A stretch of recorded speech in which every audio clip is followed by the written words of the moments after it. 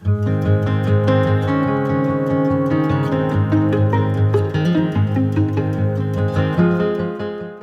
Luke's account of the Last Supper is so familiar a text that it is hard to absorb the reality of what's going on.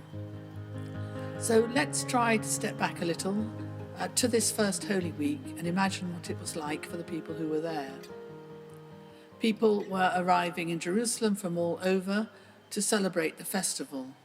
There was noise, jostling, tension, both celebration and tension together. It would be joyous but edgy. Jesus had been warned of the danger of going to Jerusalem. He clearly was well aware of the danger himself as he was anointed with oil at Bethany. The Romans, we know, feared trouble at Passover time as the Jews flooded into Jerusalem. Jesus had been teaching in the temple. He had had confrontations. He knew only too well of the mounting danger. So what did Jesus do with his last evening on earth? Celebrating the Passover was very important for observant Jews like Jesus. Then the temple was the focus of the sacrifice of the paschal lambs, and the Exodus instructions were followed. So that is what the disciples who prepared the Last Supper would have done. They'd have gone to the temple, had the lamb sacrificed, and then roasted it over an open fire to be eaten with bitter herbs and unleavened bread.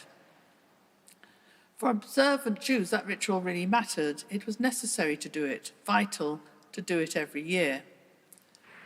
It was a yearly way of remembering the blessings of God in adversity.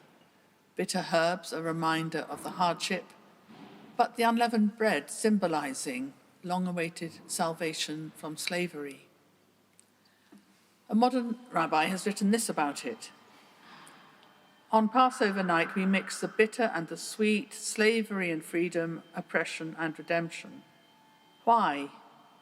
Because it is all part of one story. In life, we tend to separate out good times and bad times. We have dry seasons and seasons of abundance.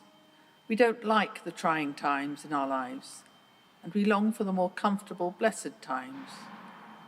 But the truth is, as we learn on Passover, it is all a blessing. Well, is all adversity a blessing? That's a challenging statement. However, I do believe that God seeks to draw good out of the challenges of our sufferings, to enable good to transform suffering.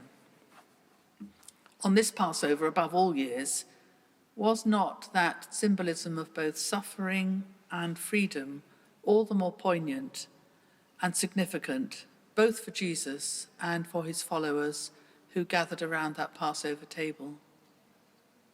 I imagine Jesus, knowing the ordeal that awaited him, must have particularly needed strength from celebrating the Father's providential care of the Israelites in their redemption from slavery in Egypt. But more, how did he draw strength for himself from this ritual as he contemplated his own destiny in saving his people from spiritual slavery and death? As ever, of course, it is clear Jesus thinks not of himself but of others. He knew the disciples needed to celebrate the great story of the liberation of people from slavery in Egypt, to give them the courage for what lay ahead of them. They needed to try to draw courage from remembering the unfailing providential care of God in the most dangerous and providential of times. Jesus wanted too to give them a particular strength for the future. It is not just a Passover meal that they celebrate. Jesus offers them more. He reworks it. He offers the bread of the Passover as his body. He offers the cup of wine as his blood. This is to be a strength and stay for them in the years to come, to make him present again in their midst as they remembered him. Out of his imminent sacrifice, suffering is transformed to be a lasting good for all of us, all of his followers to the present time. And then what of Judas?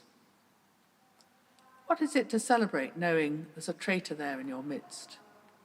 To celebrate the greatness of God's good for his people with one who substituted his own judgment for the judgment of God. Judas is fully included in the celebration, including that very first communion. All the Gospels mention this, Luke in particular spelling it out. Modern life tends to separate out the joyous good times from the bad and sad times, not bringing them together as the Last Supper did. How would it be in our own lives to acknowledge that both sadness and joyous times exist together, and that God works for the good in all of those things, both good and bad, to bring good out for us in all that happens to us?